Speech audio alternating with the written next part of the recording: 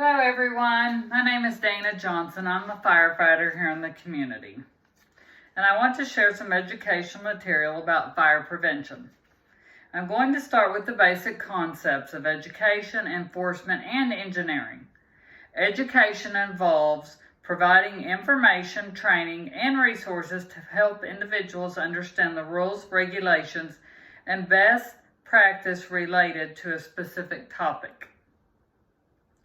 Enforcement refers to the implementation and monitoring of rules, laws, and regulations to enforce compliance and deter non-compliance. Engineering focuses on designing and implementing physical instructions to improve safety and efficiency. Here in our jurisdiction, the fire codes are enforced by our local fire department and authorities are in accordance with state regulations. Our state office fire marshals plays a key role in overseeing fire safety and code enforcement across the state. Here are some key points on how fire codes are enforced.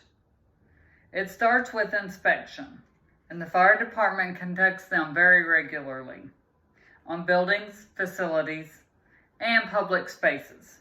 Number 2, permits on certain activities, such as hosting large events, using pyrotechnics, or installing fire protection systems.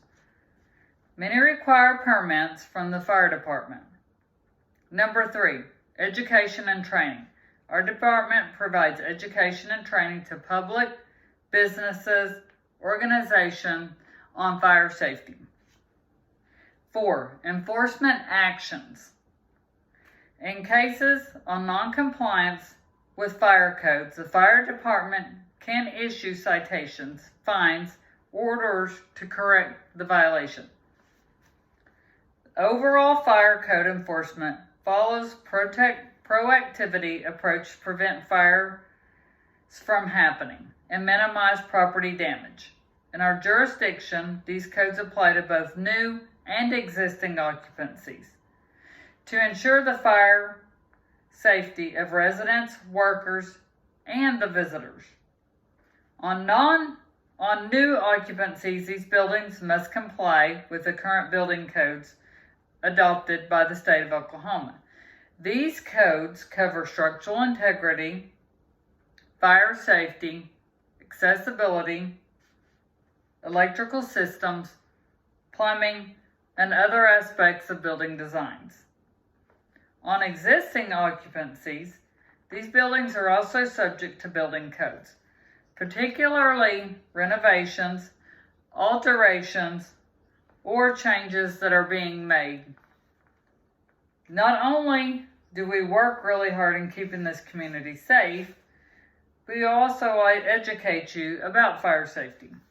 The local organizations plays a key role in the fire resistance of building materials. These include Underwriter Laboratories, National Fire Protection, the American Society for Testing Materials, and International Code Council. These organizations are to provide guidance on fire safety requirements and compliance measures. I feel that our jurisdiction works really hard on fire safety with fire testing and fire ratings. The fire resistant test evaluates the ability of the building's accessibility, such as the walls, floors, and the ceilings, to withstand fire exposures for a specific period of time. We also conduct a flame spread test, smoke density test, heat release rate test, and an ignition test. These tests are conducted in accordance with national standard guidelines. These tests are essential tools for inspection and code enforcement officials to assess the enforcement of compliance.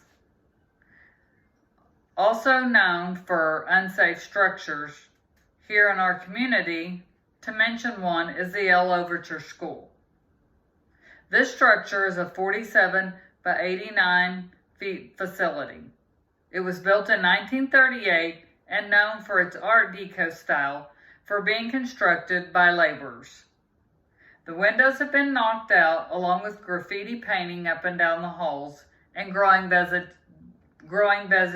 vegetation. This structure was considered unsafe, but many alumni members went together and signed a petition for renovation.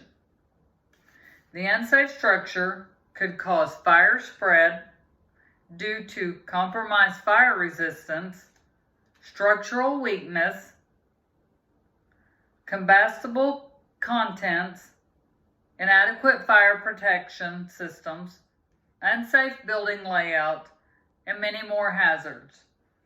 The last thing I want to mention is plan to review and structural control as a mean for fire protection and how to improve the structures in this area. I feel by allowing this in our community would help with fire protection and the oversight of unsafe structures. Authorities can enhance the safety of buildings in this area. This process helps ensure the buildings are designed and constructed with effective fire protection measures, reducing likelihood of fire incidents. By productivity addressing these issues and concerns, we can protect occupants and the community from the risk associated with unsafe structures. As I wrap up today's presentation of fire prevention, let's remember that fire safety is just not a responsibility. It's a commitment to protecting ourselves, our loved ones, and our community. By staying informed, being proactive, and implementing simple yet effective fire prevention measures, we can significantly reduce the risk of fire-related incidents. I urge you to take the knowledge and insight gained today and turn them into accountable steps. Check your smoke alarms. Create a practice evaluation plans with your family and your colleagues. And stay vigilant in identifying and addressing fire hazards in your surroundings. Thank you for your attention. And remember, fire prevention starts with each one of us. Stay safe, stay informed, and let's make fire prevention a shared commitment. Thank you.